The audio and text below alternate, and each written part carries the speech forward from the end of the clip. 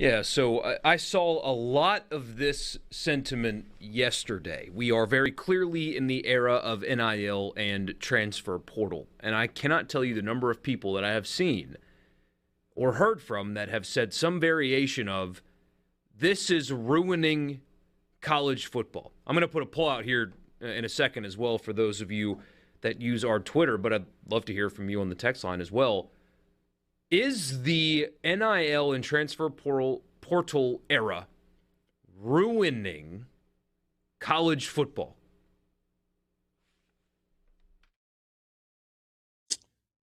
I actually think you could ask that question in a broader sense. I know college football was specific because of what people were saying yesterday. I had several conversations with college basketball coaches recently who are talking about the transfer portal and NIL, more so the transfer portal and the ability for players to just move and move and move with no recourse and no penalty, saying that it is dramatically changing the sport. Some have gone so far as to say destroying the sport. And this is coaches who are living it daily. They got reasons for that. Most coaches are not saying that publicly. But in terms of kind of background, there are some that are saying that and are talking about how much it's changing. Here's what I would say, though, Borky. I would not use the word ruining. I would say that college football is evolving. But that is really no different than college football for the last 100 years, right? We evolved from leather helmets to hard plastic helmets. We evolved from hard plastic helmets to having face masks on them. And then they became safer, with more padding in them. We've evolved with styles of offense, from the triple option to the wing tee to the four horsemen. It's probably somewhere in between those other two. To the West Coast offense, to the fun and gun with Steve Spurrier and the run and shoot and the RPO game and all of those. So I feel like college football is always changing. College football on its own is strong. And the viewership numbers for college football, despite transfer portal and NIL and whatever else, are up this year. It's the second most popular sport in these United States of America. Do I think it's ruining the game? No. Does it create talking point and fodder during the offseason? Absolutely. Excuse me, we just had the most entertaining college football regular season that I can remember in 2 decades, and it's not over yet. So the idea that the game is being ruined, I can't get on board with that. I do think there is a bit of a leadership vacuum. Because of the ineptitude of the NCAA, we find ourselves in an NIL landscape that is, as many people have called it, the Wild Wild West.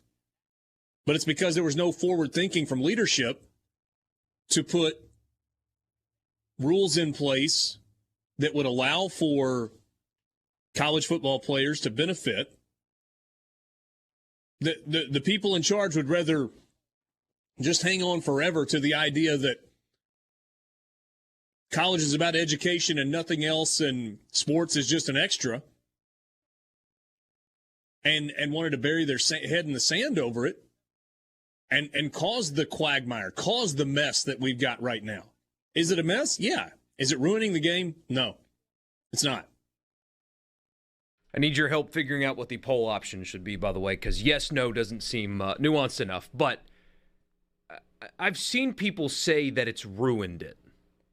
And I even asked, again, on Twitter, not the best platform, but what exactly about college football did this ruin?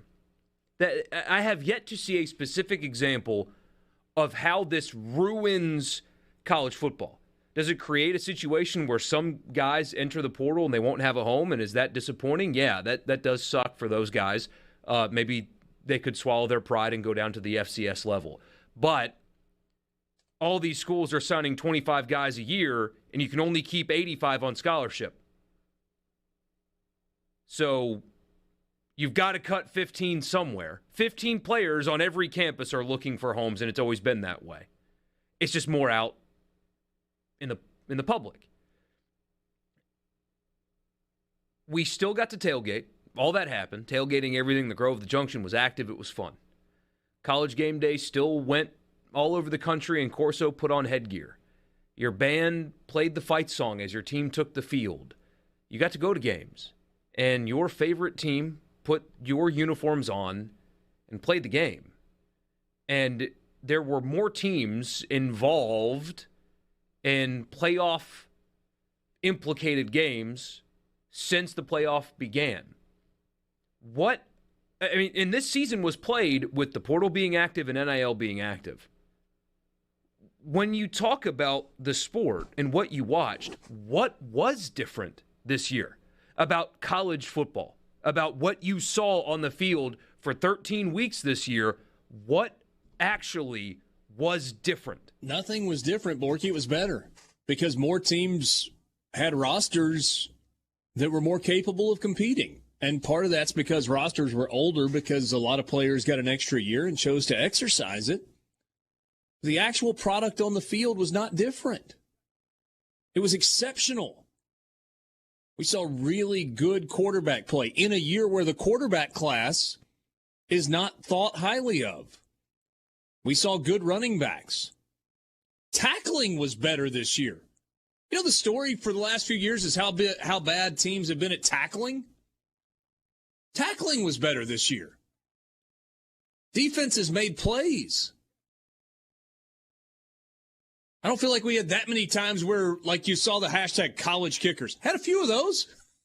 A few. You're always going to have a few of those. But the game itself on the field was good. Don't you agree with this message on the C Spire text line that we got just a second ago?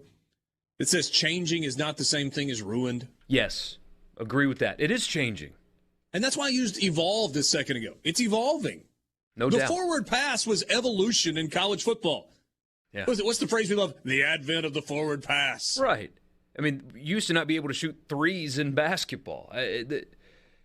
Evolution, I can agree with. But then you have some people say, well, now players are going to the highest bidder. Players were always, that was always the system. Now people are just seeing it the way it really is. But, I don't understand when somebody says Alabama's just going to get richer. They could not possibly get richer than they are. The top 5 recruiting classes this year are all 5 of the top 10 richest programs in college football. That's how it was 10 years ago as well. And it was the same top 5 last year and 5 years ago. Right. Basically. But Kentucky signed a top 10 class now. Missouri's in the top 20. North Carolina signed a top 10 class. Depending on your service, Mississippi State's number 14 in America. Does that sound like ruin to